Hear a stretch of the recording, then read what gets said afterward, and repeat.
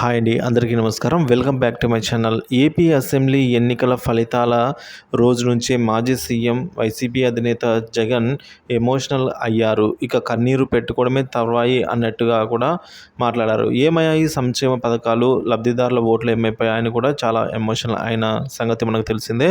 So ఈ ఎన్నికల్లో చాలా అవకతవకలు జరిగినట్లు అనుమానం వ్యక్తం చేస్తున్నారు. ఎన్నికలకు ముందు ఎక్కడ ప్రభుత్వంపై వ్యతిరేకత కనిపించలేదు, కానీ ఫలితాలు మాత్రం నెగిటివ్గా వచ్చాయి. తాజాగా జగన్ వైసీపీ అభ్యర్థుల ముందు ఆసక్తికర వ్యాఖ్యలు చేశారు.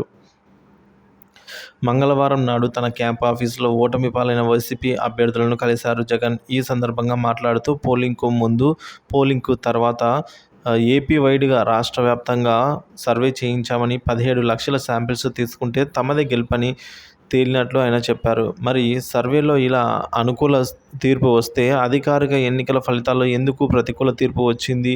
దీని గురించి ఏపీలో ఇప్పటికే పెద్ద చర్చ నడుస్తోంది.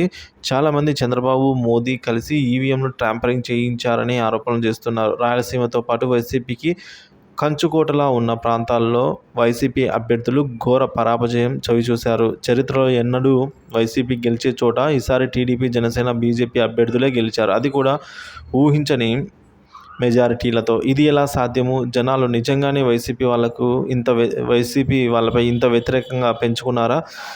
పోయినసారి పవన్ కళ్యాణ్ను చిత్తుగా ఓడించిన ప్రజలే ఈసారి కొన్ని వేల మెజారిటీతో ఎందుకు గెలిపించారు? ఆయనేం చేశారని, ఆయనపై ఎందుకు అంత నమ్మకం పెరిగింది అన్నది కూడా ప్రశ్నార్థకంగానే మిగిలింది. బీజేపీ, జనసేన కూటమి కలవడం వల్లే జగన్ ఓడిపోవాల్సి వచ్చిందని కొంతమంది అంటున్నారు. పవన్ ఏదో చేస్తారనే నమ్మకంతోనే ప్రజలు ఉన్నారని, అందుకే ఓట్లు వేశారని రాజకీయ విశ్లేషకులందరూ కూడా చెప్తున్నారు. మరికొంతమంది మాత్రం జగన్ సంక్షేమ పథకాలు ఇవ్వడం తప్ప ఏపీని ఏమాత్రం అభివృద్ధి చేయలేదని, అందుకే ఆయనకు ఓటర్లు మద్దతు వద్దనుకుంటున్నారని చెప్పేసి అభిప్రాయపడుతూ ఉన్నారు. మీ అభిప్రాయాన్ని అయితే కామెంట్ ద్వారా తెలియజేయండి. వీడియో నచ్చినట్లయితే లైక్ చేయండి, షేర్ చేయండి. Thank you for watching this video. Please subscribe my channel.